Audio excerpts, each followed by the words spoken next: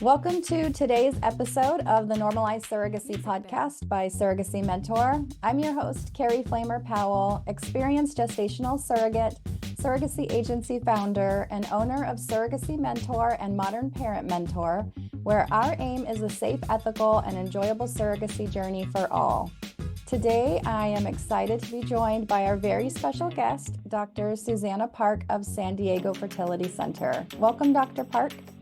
Hi, Carrie. Thank you. Glad to be here. Absolutely. So excited to have you. So today we are talking about what fertility clinics wish that you knew, including medical screening, embryo transfers, bed rest, and more.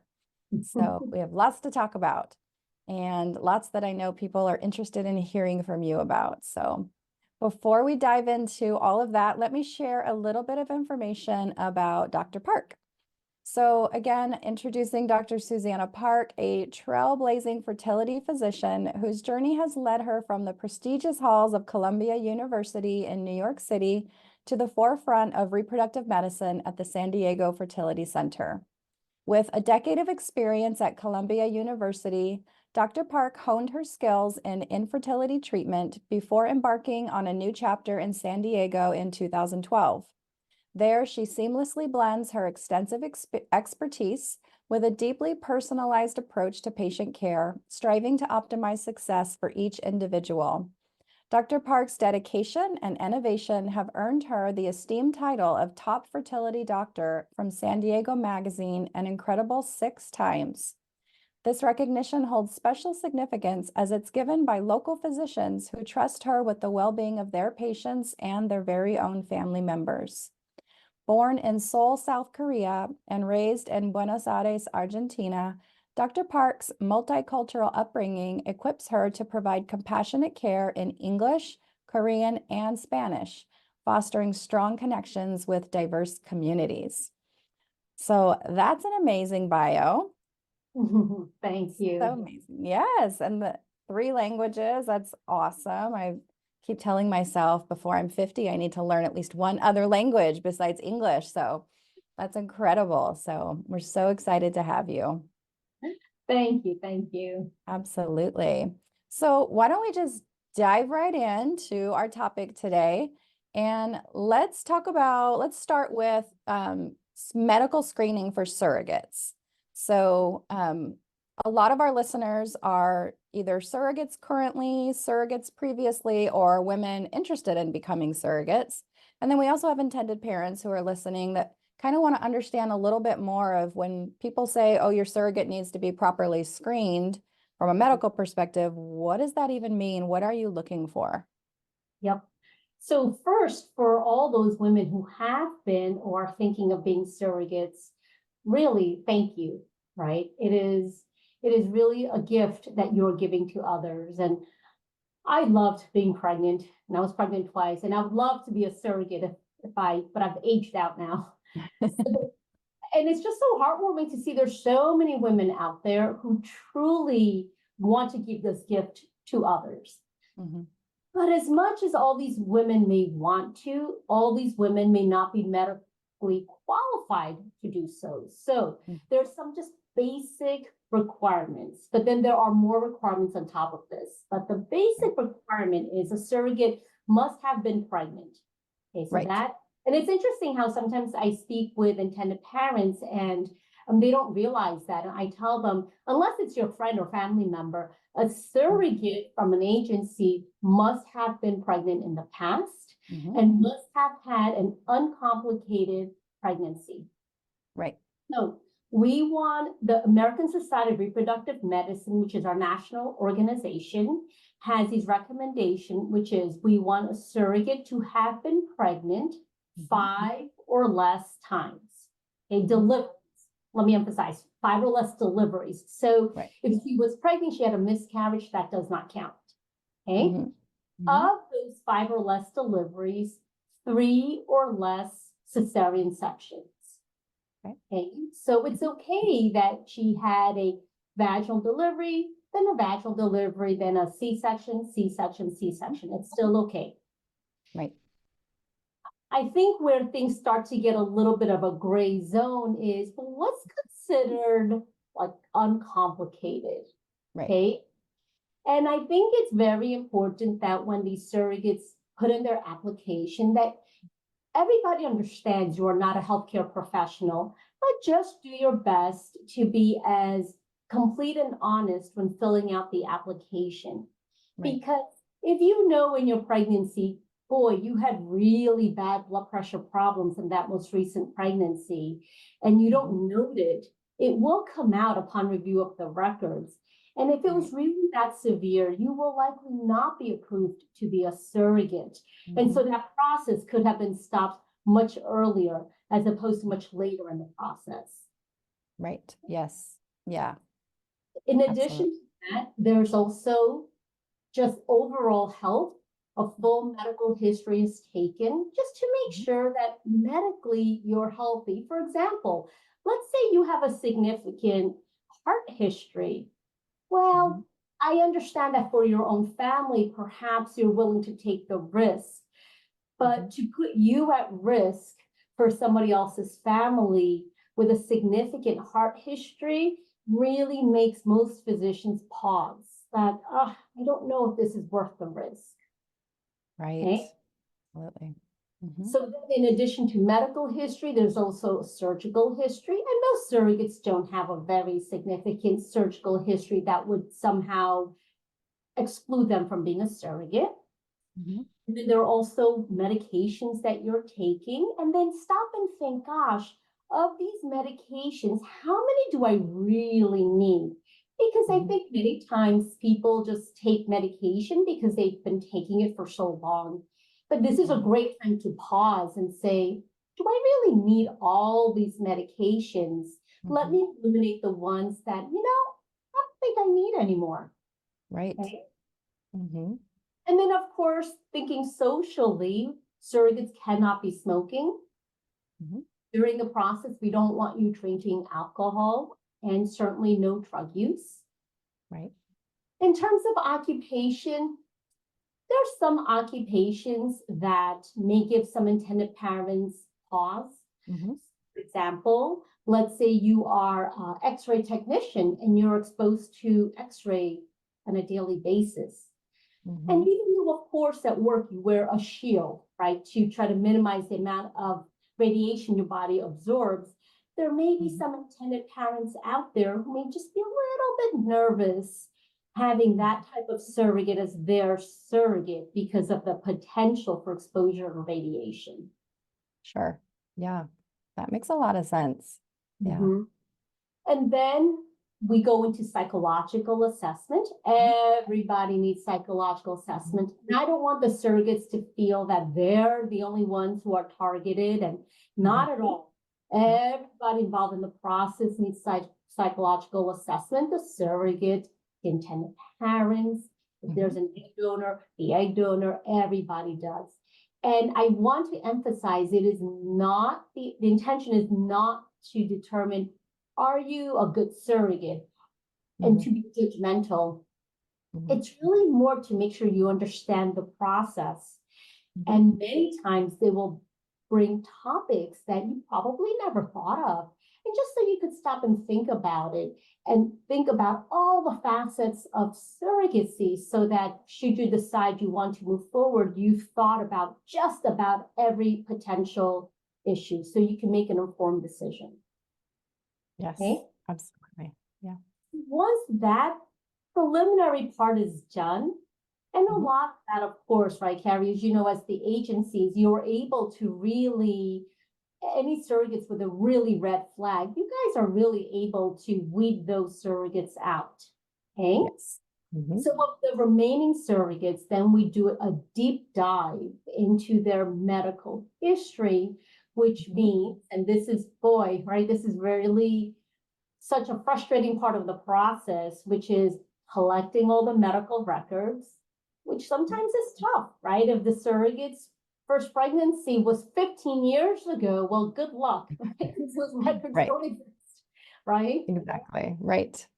And sometimes even with deliveries that were 4 years ago, sometimes it's just impossible to get those records, right? But everybody does their due diligence to at least try.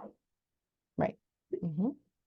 And then once we get those records, we do a meticulous evaluation of every page of those records to make sure that no stone is left unturned, that every potential issue has been evaluated and assessed to make sure that we don't think this is a risk for the surrogate for the next pregnancy. Right. Okay? Absolutely. This review of the records takes time, and especially for us, truth be told, it takes about 2 to 3 weeks right now for us, which I know is such a long time, and it's so hard for surrogates to wait that long, for agencies, for intended parents. And many times, right after we've done this 2 to 3 week review, we then say, we need more information on this, more information on that, which just only further delays the process. And I know it's so frustrating, but it's so important to keep the goal in mind, which is healthy surrogate, healthy baby. Yep. Okay. For sure. And then once we've done this very deep, detailed medical review, and this is where we actually exclude most of the surrogates. Okay. Right. But should she pass that, then the surrogate comes in person for medical evaluation, which consists of talking to various people on the surrogacy screening team, physical examination, which includes vital signs, blood pressure, includes weight, includes an examination of the uterus, okay? And then, of course, full physical exam. Yeah. And then blood test, urine test for different infectious diseases, just general medical things such as anemia, the thyroid, immunity to viruses. And this also includes drug screen, to make sure that there are no evidence of drugs in the urine, in the body. Also includes smoking screen. Right. So we do our best to make sure she is as medically as possible. Right. Should the surrogate have a partner, the partner will also need to undergo not a physical exam, but blood and urine tests as well. Right. And if the partner can't come to the evaluation, that's okay. We could send a mobile unit out to where the partner is and get the testing done there. Right. Okay. That's great. And once all this is done, then we give medical clearance. So it's many weeks in the process. Yes. Yes. So that is such a good description of everything that happens on the clinic side. And people, I don't think, quite understand when they apply to become a surrogate that they're not just going to sign up and get pregnant in a couple weeks, that there's a whole process that has to happen. And ultimately, at the end of the day, as you said, the goal is to make sure this is going to be medically and psychologically safe for the surrogate to go through this process so that at the end of the day, there's a healthy surrogate and a healthy baby. And that's really why everyone is being so incredibly careful and going through, basically your life with a fine-tooth comb to make sure that this is truly going to be safe. So that gives us a really good idea of what happens on your side of things. And I think for a lot of people, it gives it some credibility when it's not just people like me saying this is how it works, when, the clinic is also saying, yes, here's what's really going on behind the scenes while you're waiting for all that time. And actually 2 to 3 weeks isn't that bad. I've heard of much worse and much longer waiting times. So that's actually not that bad for records review. So, okay, great. So that helps, I think, a lot of people. So let's move on and shift gears a little bit and let's talk about double embryo transfers. So when I started my agency 10 years ago, double embryo transfers were pretty common. I would say over half of my intended parents did a double embryo transfer, which is when 2 embryos are transferred to the surrogate's uterus with the intention of having twins. So now here we are 10 years later, and almost none of the surrogates and intended parents have any interest in double embryo transfers or twins, and many of the clinics won't even do them anymore. So what is your position on this, and why do you think we've seen such a shift? Yep. So it's so interesting to watch this shift, Terry, because so I've been doing this 20 years now. And Yeah. 20 years ago, just like you stated, boy, 20 years ago, I never, ever put one embryo in unless that was all the patient Right. had. It was Mhm. so normal to put in 2, 3, 4. And the Right. reason is back then, the success rates are not what they are now, right? So you would put all these embryos in and just hope that something planted, right? Right. Right. So much has changed in 20 years. The Mhm. success rate of IVF has remarkably improved.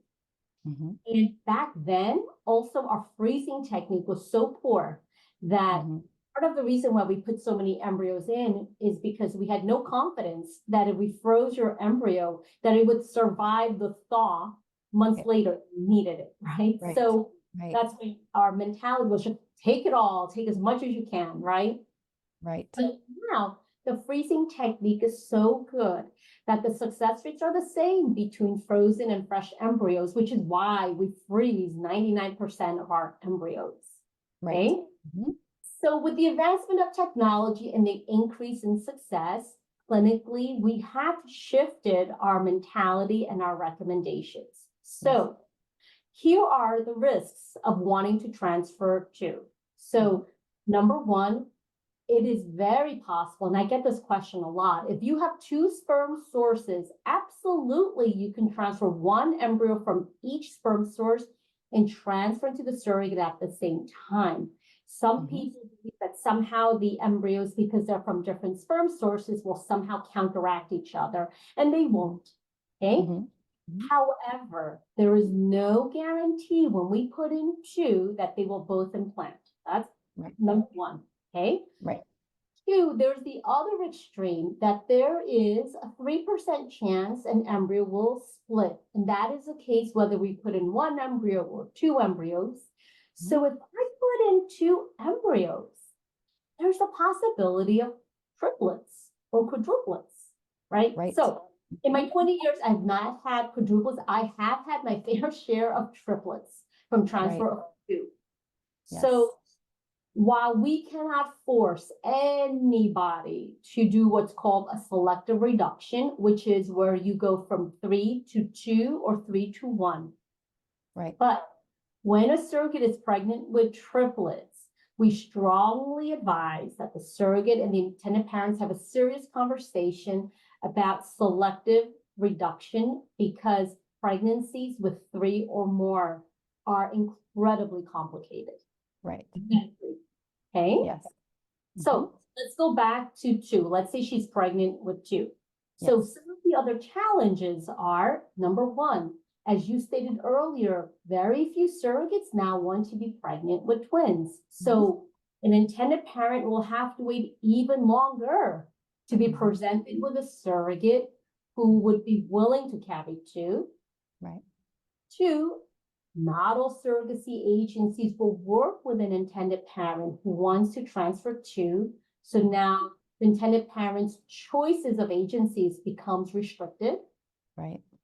3, medically, we are pretty stringent with surrogacy screening, but even more so when she's going to carry 2, because her potential for medical complications is much greater. So we need to be sure that while there's no perfect surrogate, that she really has as minimal risks as possible.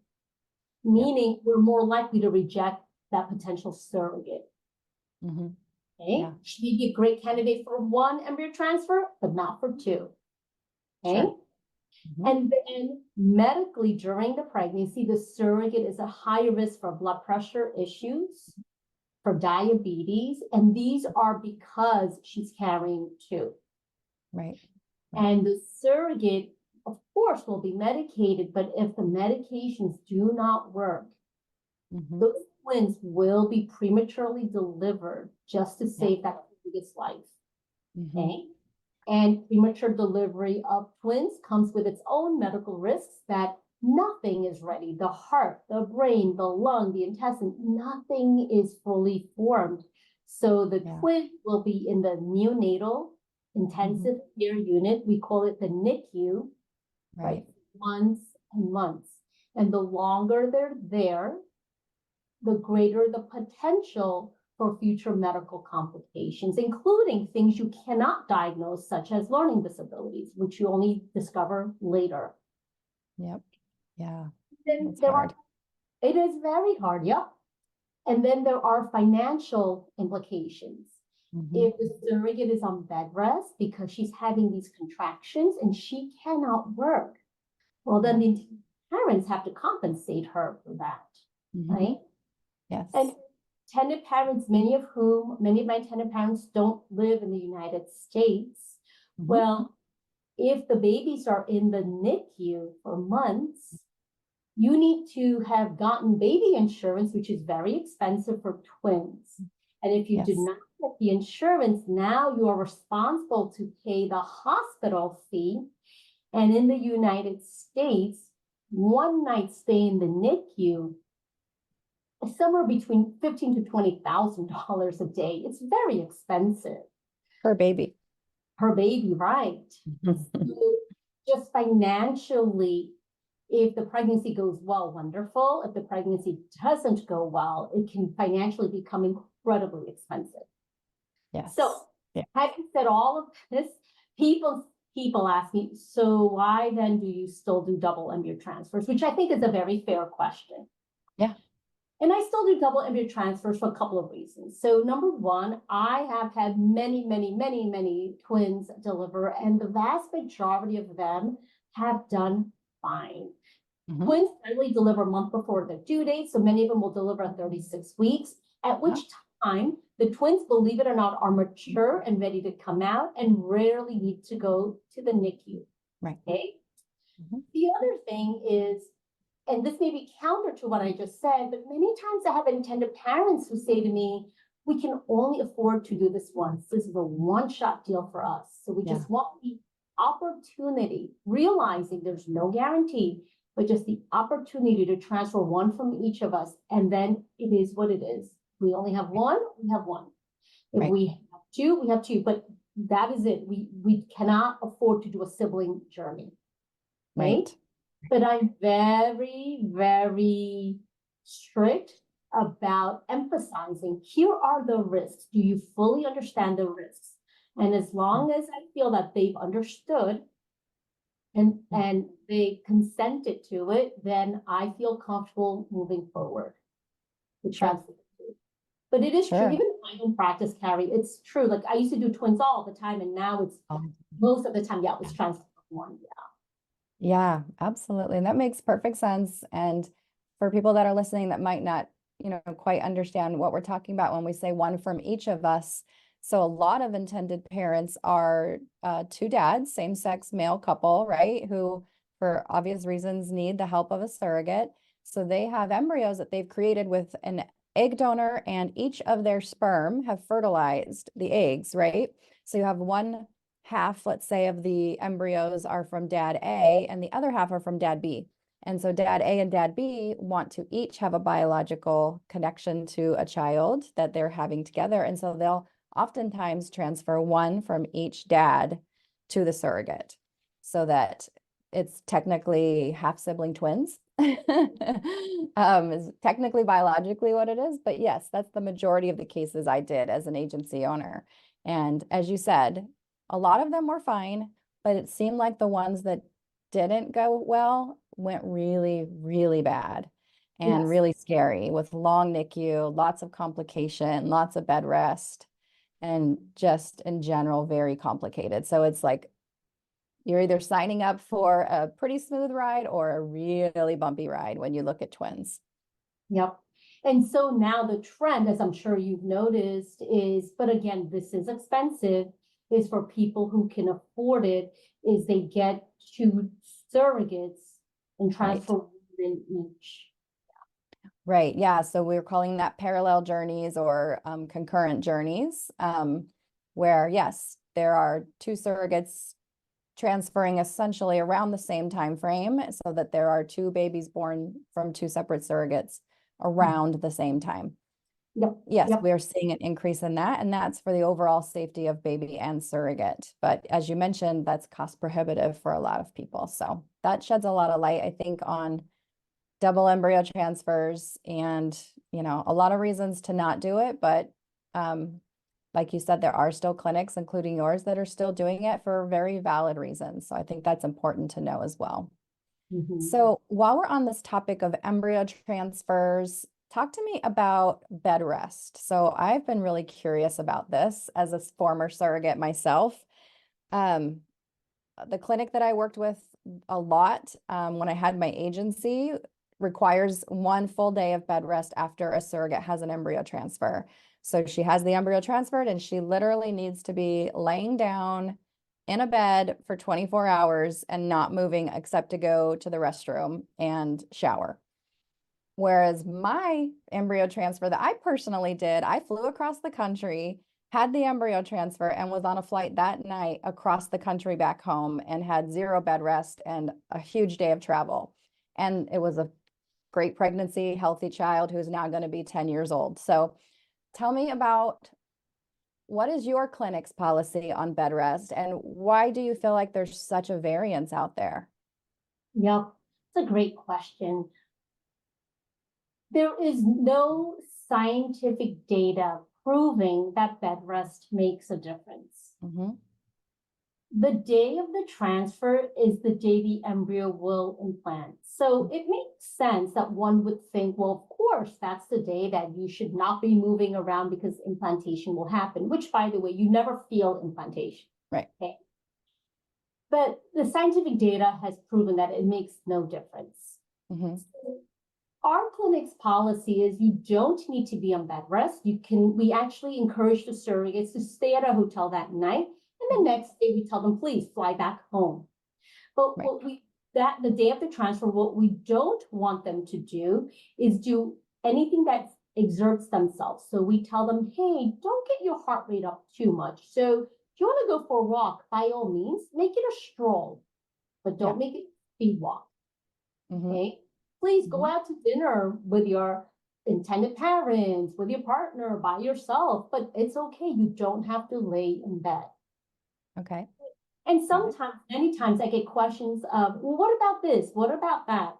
And my rule of thumb for people is if you do activity XYZ Mhm. and that test comes back negative, and you're Mhm. going to look back and say, man, I wonder if it was because I lifted something heavy, Yeah. or I did that. If you think you're going to possibly blame that activity for the negative outcome, then don't do it.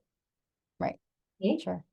I Mhm. do have surrogates who intentionally say, I'm just going to rest in bed. Say, okay, great, no problem. Go back to the hotel and just turn on Netflix, catch up on all your movies, order room service. Fantastic. And Right. then other surrogates who say, gosh, I've never been to San Diego. Is it okay if I just go for a walk around the hotel? Absolutely. Right. Okay.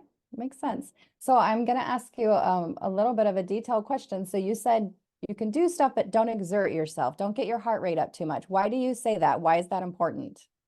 So the reason why we said that is because patients would say to us, well, what does it mean to not exert yourself? Right? Okay. And Gotcha. so it's just so hard. So we tell them, hey, if you notice your heart rate is like faster than it normally is, then you shouldn't do it. Right. Mhm. So let's say if you have to climb these steep stairs, go find the elevator and just take the elevator then. Got it. That's sort Got of it. how we use as a guide. Take it easy, basically. Yeah. Don't. Yeah, I got it. That makes sense. Okay. So no scientific evidence. Basically, it's clinic by clinic. And what I have heard in the past, and maybe this is true or not, is that once a clinic has a protocol that they feel is working consistently and resulting in a really good success rate, it's like, if it's not broke, don't fix it. And so it's one of those things, like, we do bed rest, it's working for us, our success rates are great, we're not going to change it. It may or may not be scientifically proven, but it's working. Yep. I think that's a great point you bring up because many surrogates have experiences at different clinics, and sometimes, many times, these little protocol nuances are very different. Mhm. And I think that's a great attitude, is rather than saying, well, this clinic is doing it wrong, and this Right. clinic, the mentality should be, okay, there must be many ways of doing this, and Mhm. this let's do it for whatever reason. I'm just going to follow their protocol, even though it was different from what I did in my past journey. Because Right. yeah, many times we do a lot of stuff, just pure superstition.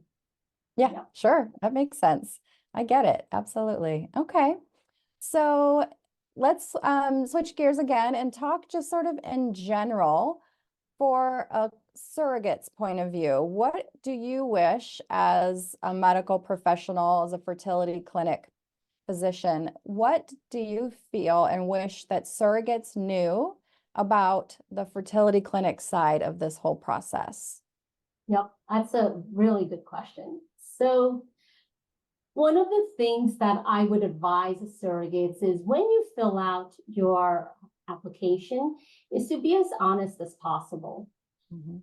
And if you don't know, you don't know, but to be as honest as possible, because sometimes when we go through all these records, so much medical information is unearthed. And sometimes surrogates say, oh, I didn't think that that was relevant, right? Mhm. So the more honest you are upfront, Mhm. the more efficient the process will become. Okay, because Right. we discover something new, we then have to tell the agency, who then has to ask a surrogate, who then, right? As opposed to, oh no, we knew this up front, and here are the details of what happened. Okay? Right. Right. Um, Absolutely. and we know we know you're not intentionally hiding, but really try to think back. Gosh, did anything happen when I was pregnant back then? And really try to share as much information as possible. Right. I think the other thing surrogates need to understand is you are giving these intended parents a gift that Mhm. without you would not be possible. And Mhm. they truly are grateful and they are seeking a partnership. But Mhm. sometimes things come up in your history that they may feel that, oh, I don't know. So I'll give you an example that happened last year.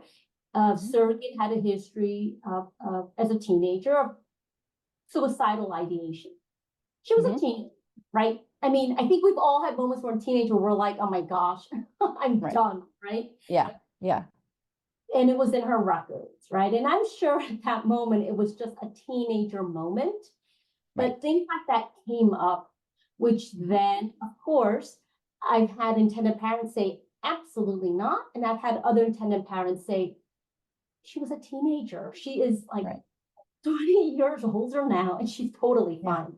So things Right. like that may come up, and it's not to be judgmental, but it's Mhm. really more when we see stuff like that in the records, we can't just sweep it under the rug. It has to be brought up, be honest, Mhm. and let the intended parents just make the decision because they may say, I don't feel comfortable, but I guarantee you, as long as this is something that's not active and in the past, there will be intended parents for whom you will make their dream possible. Yeah, so true. I've often said surrogates, when they're starting the process, need to have a heart in the right place and a really thick skin because there's going to be people picking through your entire life from every direction. And that's just to get you to the point where you can actually be considered. And so Yeah. it's tough. And I think that's a really good piece of insight for sure. And for us, weight is a big issue. We Hmm. have been criticized. And again, I get it. We've had agencies say to us, you guys are just too strict with your weight criteria. And they may very well be right. But again, right, different clinics, different protocols. Don't fix something that's not broken. It's a winning formula. Let it be. Hmm. And it's hard, right, Carrie, when you tell a surrogate who Hmm. actually looks healthy. And I'm just like, wait, how could this be her BMI? I'm so surprised, right? And we do have the honest conversation of, hey, we need you to lose some weight. We need you to be in a healthier space here if we want this to happen. And we're willing to wait for you until you reach X BMI. We Right. will, but let's collectively work on this so that we can make this happen. And, it takes thick skin to hear that kind of news. It does. Absolutely, it does. And I think it's important that people hear it, though. It's important. I mean, every clinic's going to have their own protocol. And if you're not on board with it, then maybe not the right clinic for you, right? Mhm. Um, So like on the flip side of that, what do you wish intended parents or people looking maybe to start the process of becoming an intended parent, what do you wish they knew from the clinic side? Many intended parents, I believe, start the journey with this very picturesque notion Mhm. of who the surrogate will be. And of course, everybody should start from that place. But as they go through the process, they start to realize that these are humans and Right. there is no such thing as a perfect surrogate. Yes. And our collective goal is to find you a woman who is healthy enough to give you a healthy baby. Right. She may have a history of mild high blood pressure in the past, but it was mild. Right. And may it occur again with her next pregnancy, which will be with your baby? Sure. But if it does, it'll probably be mild again. And if it's not mild, the doctors will deal with it. Right. But I will not exclude a surrogate just because she has this history of a mild medical condition. Right. There is no perfect surrogate. Yep. Right. And my other advice for them is many times intended parents really, like, they're not sure what type of a relationship to have with the surrogate. Mhm. And I really advise them to speak with the agency, Mhm. but I tell them that it's a very important conversation to have because I've seen relationships where, my gosh, they're so close. They've become BFFs and they text each other daily and check in on each other. And after the baby's born, they are still so close. Yep. And then we've seen the other extreme where there's barely a relationship. And those kinds of relationships make me a bit sad because it just seems so transactional. Mm-hmm. I think it's nice to have a middle ground where maybe you text each other maybe a few times a week or once a week. You don't have to be BFFs, but I think there should be some kind of good contact because you really are becoming a type of family. Right. And Mhm. I think that once the intended parents establish that relationship with the surrogate, I think the relationship changes and they are more able to tolerate the ups and downs of the pregnancy and the surrogacy process. Because again, nothing is perfect Right. because they view the surrogate as a partner in the process. Right? And Yeah. together they go through the journey. Yes. 100%. Just like any relationship, right? Once you have that foundation of trust, then you can weather the storms that are very likely to come at some point. So great advice. I love that. Well, it has been such an honor speaking with you and getting to hear your perspective on all these things that, we as surrogates or former surrogates or even agency owners, we talk about, we have our sort of, vacuum and bubble of what we think, but it's nice to hear the fertility clinic side of things. So thank you for sharing your time and expertise with us. Appreciate you. Oh, you're welcome. It was so much fun speaking with you, Carrie. I really enjoyed it. Thank you. Well, that brings us to the end of this episode of the Normalized Surrogacy podcast by Surrogacy Mentor. Again, I'm your host, Carrie Flamer Powell, and I want to again thank Dr. Susanna Park of San Diego Fertility Center for joining me today. Be sure to check us out online at surrogacymentor.com if you're interested in knowing whether surrogacy might be right for you. Take our easy 2-minute quiz on our website.